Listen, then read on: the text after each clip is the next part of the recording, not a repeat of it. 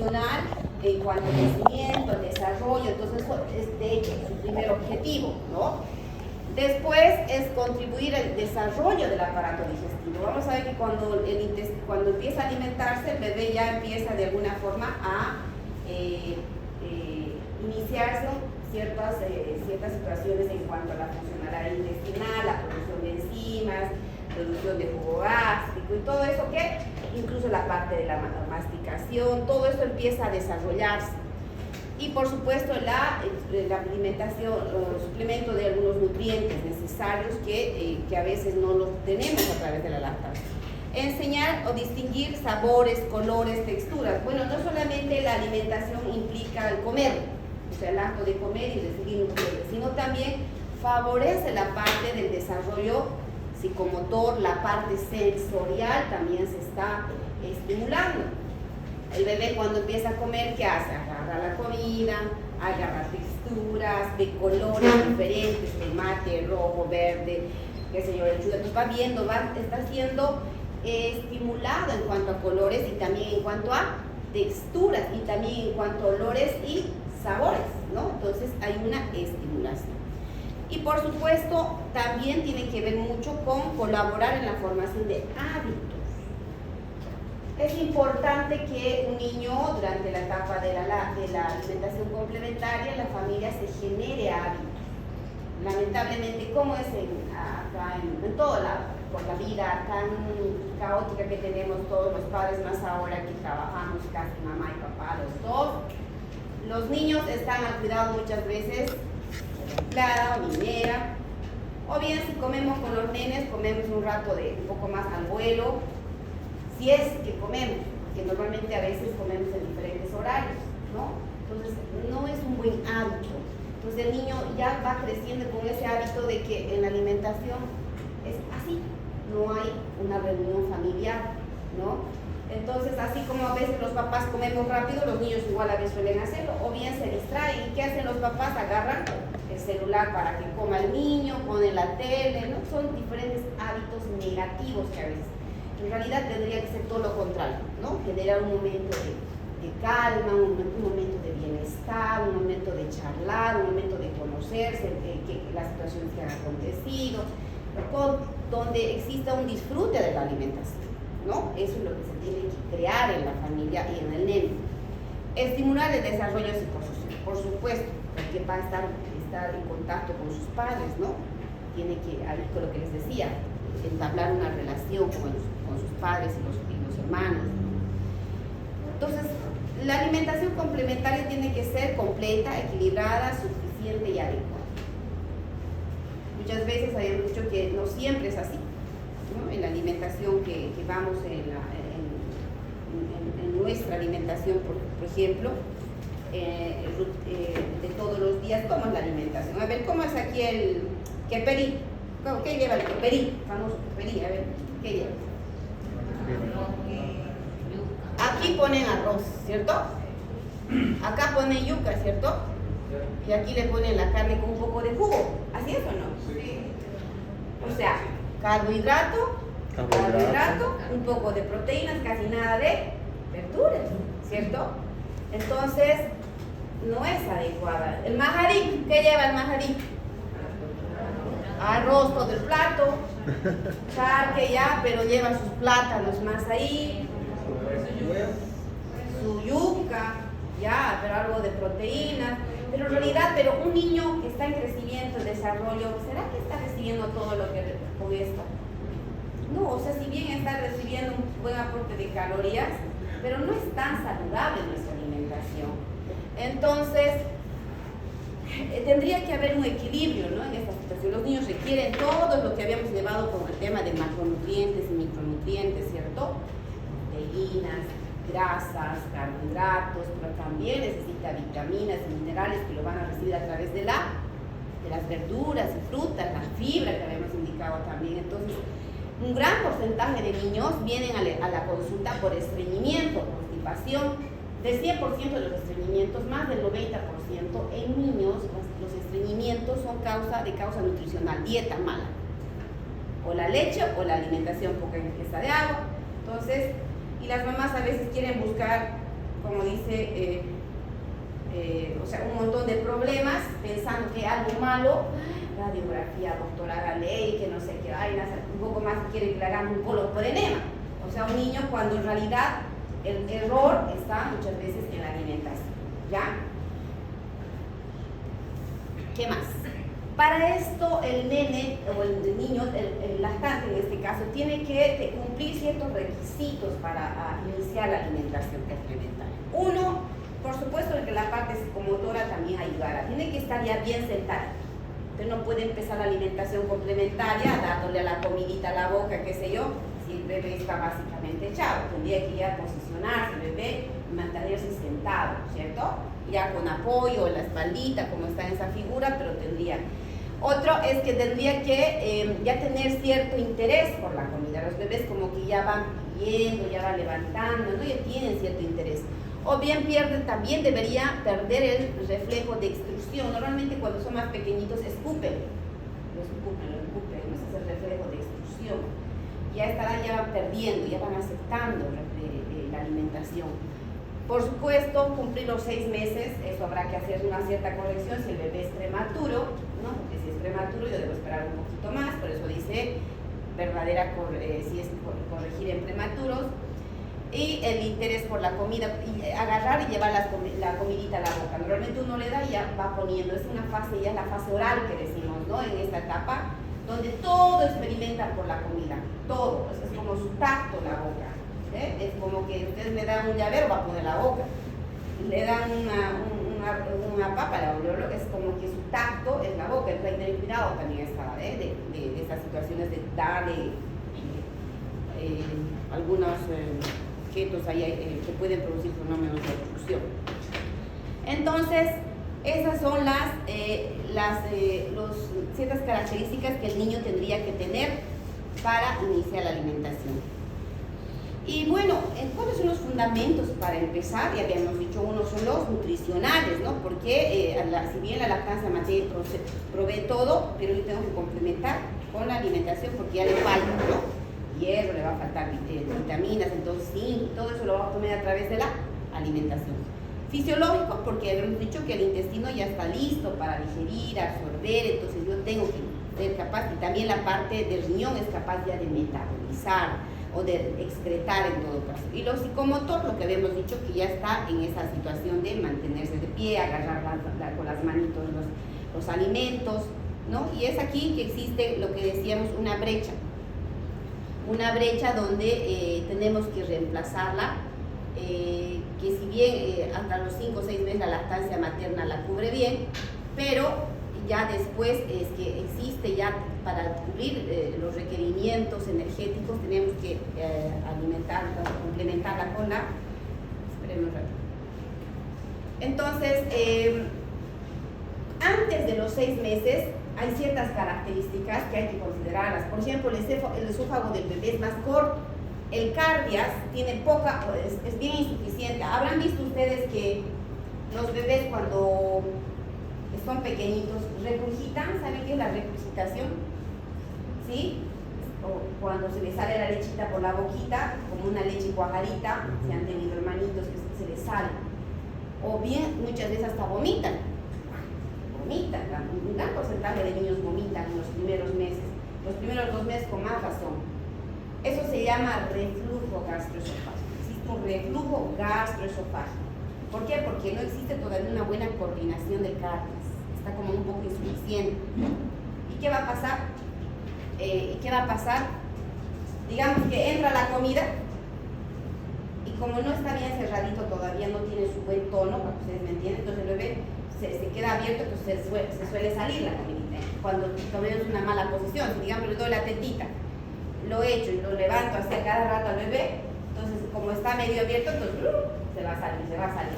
Eso se llama reflujo. Entonces hasta cierta edad, 2 meses, como dice ahí más o menos, es habitual depositar antes de las 6 semanas, muchas veces un poquito más, podríamos, es más frecuente esas 6 semanas, pero a veces hasta los 3, 4 meses todavía puede haber ese reflujo. Cuando existe más allá de la edad de esa, hablamos de un reflujo patológico, donde yo ya debo chequear si no hay o sea, hacer un examen, una serie y ver si necesita un tratamiento, ¿no? Y dependerá del grado, si es quirúrgico, simplemente medicamentoso o simplemente posicional, ¿no? O a veces hay que darle leches especiales, dependiendo que si es que ya está más de aquella etapa. Pero antes, como que yo le puedo considerar algo hasta cierto punto normal. Pero si mi bebé tiene reflujo, yo le voy a dar la alimentación, va a haber mayor riesgo, ¿no ve? Entonces, puede haber microaspiraciones, broncoaspiraciones por la comida, por la alimentación. Entonces, debo esperar que mi bebé vaya desarrollando. También antes va a haber una insuficiente producción de ciertas enzimas como la amilasa y la lipasa, entonces están disminuidas, no van a tener. Es más, dice que los mecanismos como no son suficientes para protegerse de las macromoléculas extrañas. El hígado está inmaduro para sintetizar la glucosa, los ácidos biliares, los ácidos grasos. El sistema renal es todavía incapaz de regular el equilibrio ácido-base y excretar los metabolitos. Lo que habíamos dicho la anterior vez, o no se les dicho a ustedes, por ejemplo, las leches en fórmula. ¿Han visto que hay diferencias en las leches en fórmula? Etapa 1, etapa 2, etapa 3. ¿Conocen eso? En las leches de polvo, eso se llaman leches en fórmula, hay etapas. 1, 2, 3. 1 cuando se da menores de 6 meses. 2 cuando se da de 6 meses a 1 año. Y 3 cuando se da mayores de 1 año. ¿Por qué hay diferencias? Porque en cada una hay pues, diferencias en cuanto a la cantidad de electrolitos y proteínas que despierten, en cantidad de proteínas, electrolitos, todo, ¿no? ¿Por qué? Porque están aptas para la capacidad de metabolizar, de digerir y de excretar, ¿ok? ¿Sí? Yo a un niño de 2 meses no le daré una leche entera, la PIL, por ejemplo, no me diga el nombre, pero es una leche entera, ¿sí? ¿Y el gobierno qué nos da? Les da a las mamás esta leche, y las mamás confundidas a veces les dan a los bebés esta leche. Y vamos a ver que después hay ciertas consecuencias, tanto tempranas y tardías, de lo que es la introducción de estas leches. ¿Por qué? Porque tiene mucha carga de proteínas. Habíamos visto en la lactancia también la diferencia de la leche de vaca y la leche materna, que la leche de vaca tiene mayor cantidad de proteínas, pero no por ello lo hace mejor, ¿cierto? Y los minerales también. Entonces existe como una sobrecarga a su riñón. Hígado igual. A su hígado también. Entonces, y en el sistema nervioso, pues sabemos que antes de esto el bebé todavía no está neurológicamente bien como para manejar su motricidad, la parte masticatoria y también el sentarse, ¿no? Que es fundamental. Entonces, y es así que a esta etapa de los 4 o 6 años, todo lo que estamos hablando ya empieza a desarrollarse. La barrera intestinal, la producción de enzimas, la digestión, la microbiota también va mejorando. Ya la filtración glomerular ya a partir de los 4 o 6 meses va mejorando. Miren, un recién nacido corresponde al 25% de filtración en relación a un adulto. O sea, no es igual que un adulto. A los 3 meses corresponde más o menos los 2/3 de filtración glomerular en relación a un adulto. A los 6 meses alcanzan 60-80%. Para que vean que no es lo mismo, ¿no ve? Entonces no puedo darle a un niño bebé la misma alimentación que a un adulto, ¿cierto?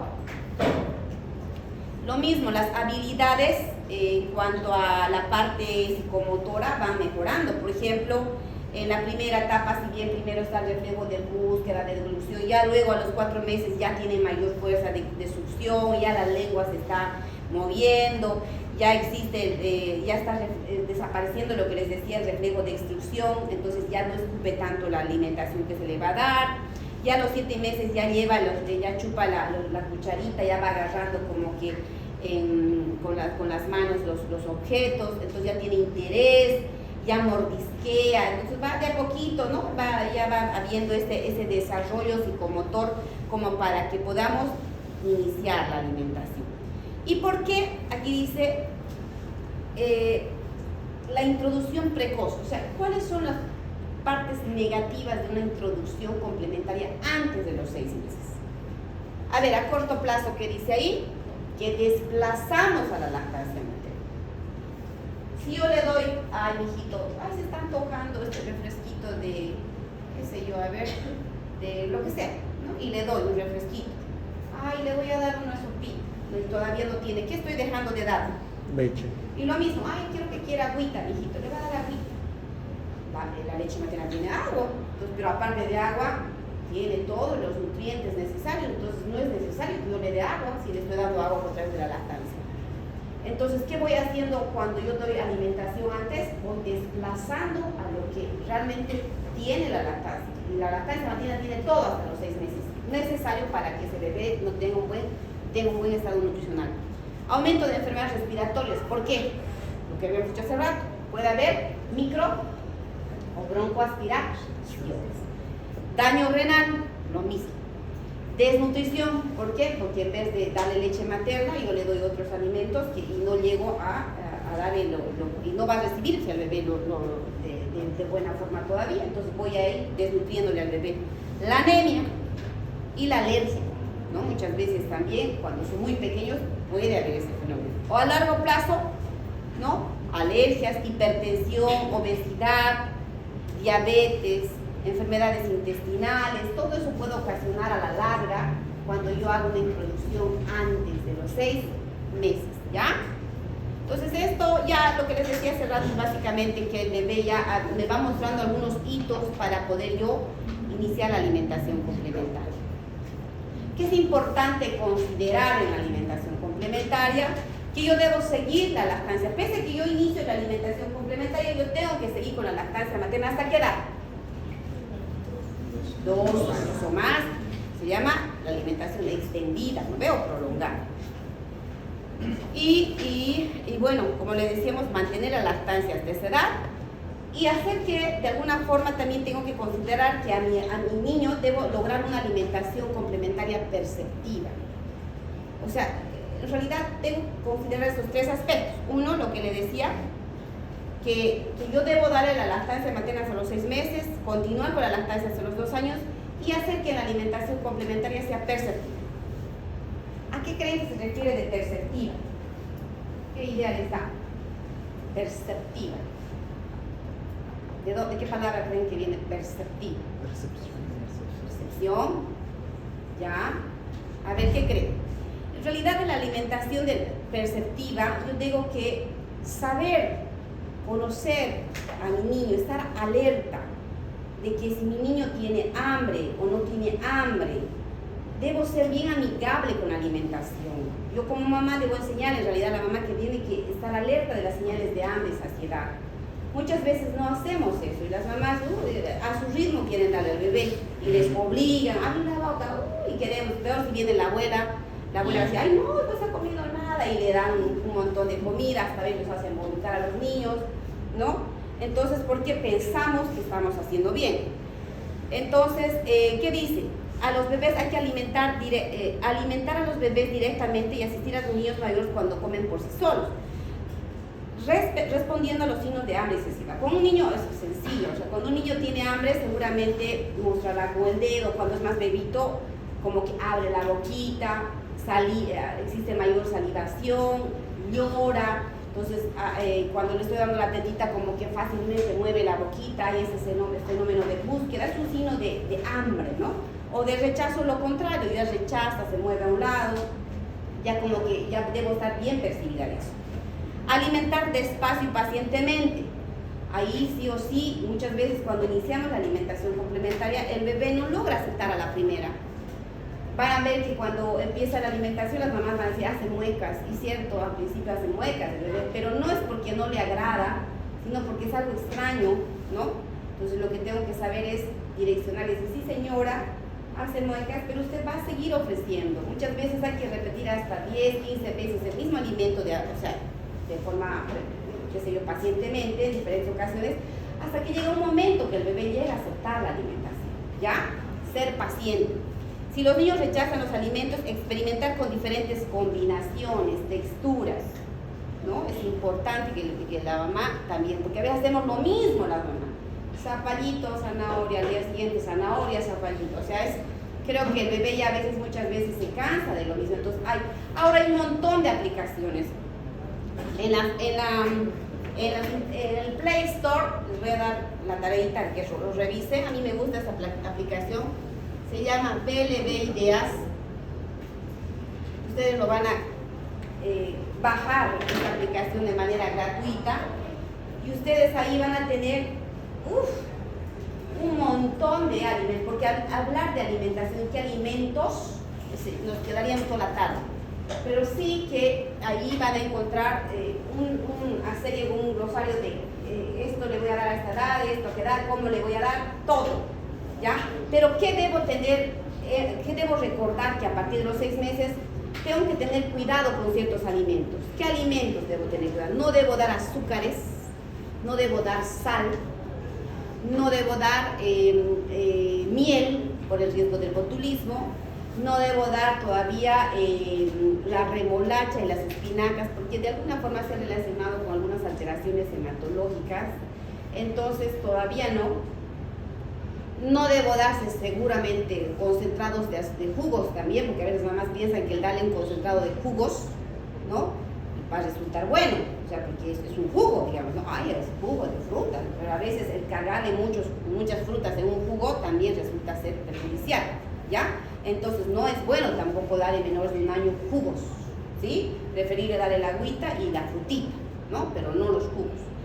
Entonces hay que saber también dar diferentes texturas. En el método de cómo le voy a dar a mi niño, si le voy a dar en papillas o le voy a dar en trocitos, ahora ya hay diferentes técnicas. El método de la papilla, a partir de los 6 meses, es lo que siempre se ha utilizado, ¿no? Aplastadito. Sin embargo, ahora ya se ha visto que hay otras que están de moda, otras técnicas, por ejemplo, que es el método de baby led weaning, así, ¿no? Es en inglés, no soy buena pronunciando el inglés, pero donde esta técnica estimula la producción, al dar al bebé en forma de trocitos. Por eso quiero que lo vean ahí en esa aplicación, donde van a ver un montón de ejemplos, donde al bebé les damos desde que los 6 meses en forma de trocitos. ¿Por qué creen? Para estimularles la motricidad, la parte sensorial, para que el bebé sea el que agarra los alimentos y él lleve a la boca. Pero claro está que habrá ciertas características del alimento. Por ejemplo, le puedo dar papa. ¿Por qué? Porque si yo le hago cocer la papa y le agarro la papa y le hago así, se deshace con mi dedo, ¿sí? Se deshace la papa cocida, le doy un pedacito, se deshace con mi dedo.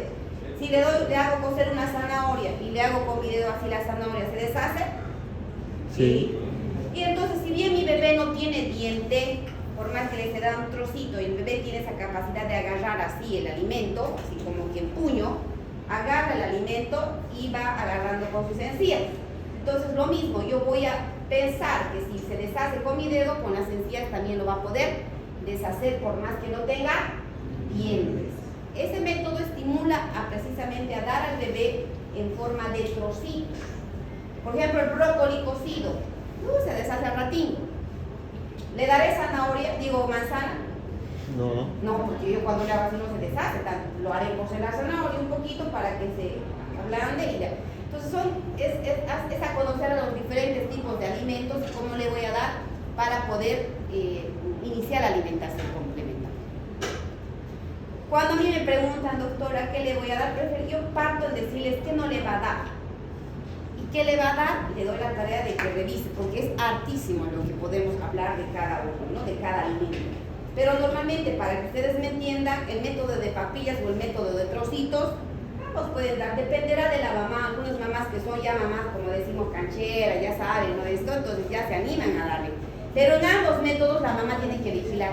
Si bien en el método de baby led weaning, que es el método de trocitos, yo le doy al bebé para que agarre, pero yo tengo que supervisar como mamá, no significa que le voy a dar para que él coma solo. ¿Qué se pretende con este método de baby led weaning? Que el bebé autorregule su alimentación y de alguna forma le ayuda a la motricidad y de alguna forma también no hay eso de que yo como mamá tenga que estar obligada a estar ahí dándole la mano a la boca, ¿no? Porque en el método de papillas es que yo tengo que darle, ¿no? Con papilla y a la boca, con la cucharita, ¿cierto? En cambio este método es que yo le doy ahí en su sillita, bien limpio, los trocitos de verduritas, digamos un brócoli, un huevito cocido, qué sé yo, el bebé agarra y lo come solo, mientras yo lo vigilo. Entonces, no hay ese desfase de que cuando yo tenga que dejar al bebé que ya coma, tenga algún problema. En cambio, cuando están con papilla, tienen problemas normalmente para comer solos. Pero hay que adecuar de acuerdo a la mamá. Como les decía, hay mamás que son muy nerviosas, mejor empezamos nomás con el papi, no vamos a hacerlo. Es dependerá de la mamá y conocer. Minimizar las distracciones y recordar que los momentos de comer son periodos de aprendizaje y amor. En realidad, lo que les decía hace rato en cuestión de la consistencia, bueno, dependerá normalmente al inicio decimos aplastado, luego machacado, luego picado y luego normal, pero como les decía, eso depende de cada... en realidad me encantaría que los vean en cuestión de la cantidad incluso. Hay una regla, les voy a mostrar directamente esto porque quiero que esto se lo recuerden. Lo que les decía, evitar sal y azúcar.